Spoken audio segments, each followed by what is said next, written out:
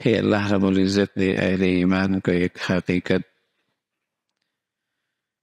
اور ایک صورتحال سے آگاہ فرمایا کہ تم اگر کسی اللہ کے نافرمان، اللہ کے باغی، اللہ کا سرکش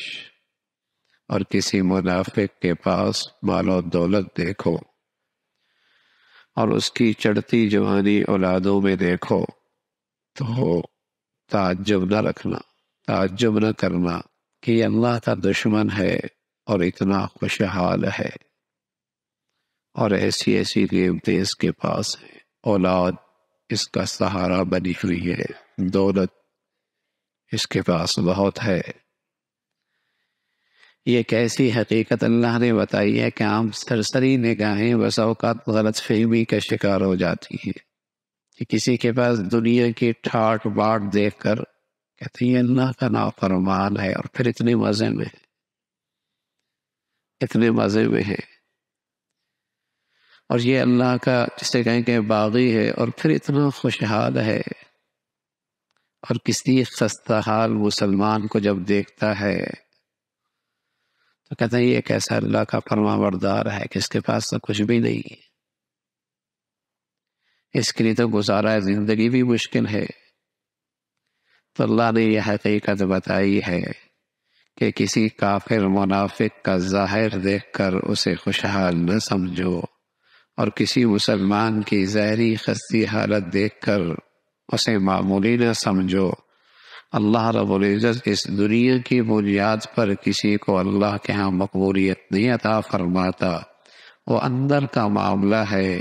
کون صاحب ایمان ہے اور کون اس دولت سے محروم ہے۔ اللہ کے ہاں عزت کا، قبولیت کا، کامیابی کا معیار ایمان ہے، اللہ کی اطاعت فرما برداری ہے۔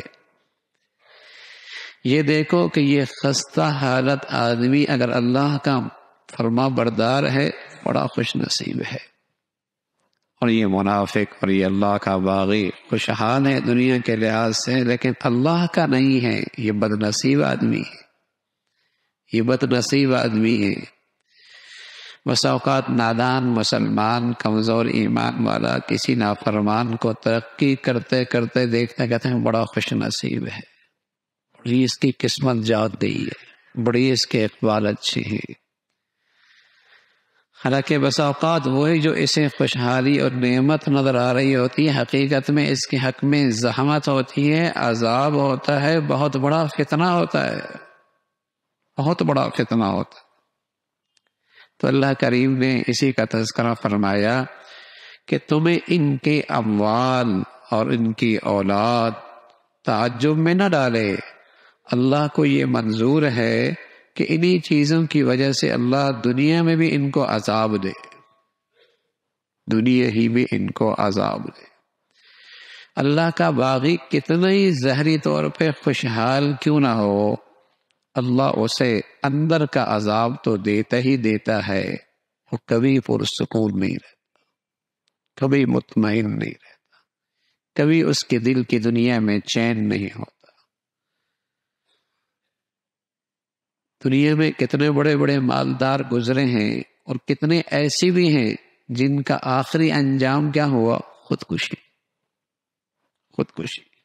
اب سوچ سکتے ہیں ان کی اندر کی بے چینی کا کیا عالم ہوگا۔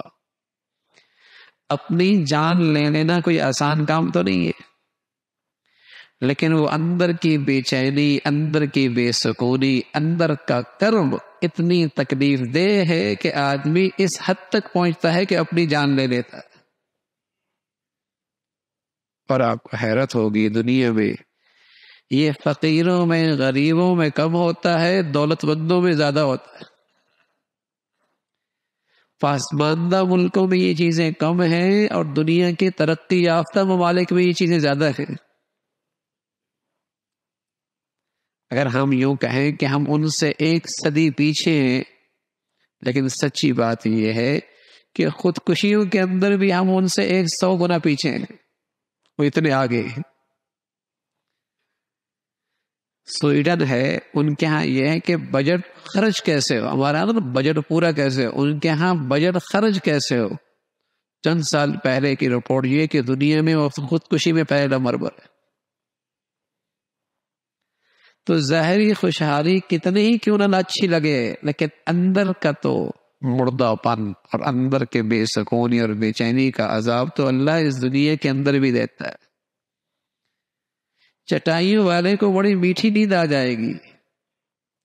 اور جسے کہیں کہ خوبصورت کمرے میں اور خوبصورت جس پلنگ میں اور خوبصورت پوشاک میں اور خوبصورت در و دیوار کے اندر رات بھر کروٹیں بدلتے بدلتے گزار دیتا ہے، رات بھر کروٹیں بدلتے بدلتے گزار دیتا ہے، یہ روکھی سوکھی کھاتا ہے، میٹھی نیند لیتا ہے، اور اس کے پاس طرح طرح کے کھانے رنگ برنگ مشروبات ہیں، لیکن رات کو نیند کوئی نہیں آتی۔ یہ اندر کا جو کرب ہے، اندر کی جو تکلیف ہے، یہ تو ایک عذاب ہے نا۔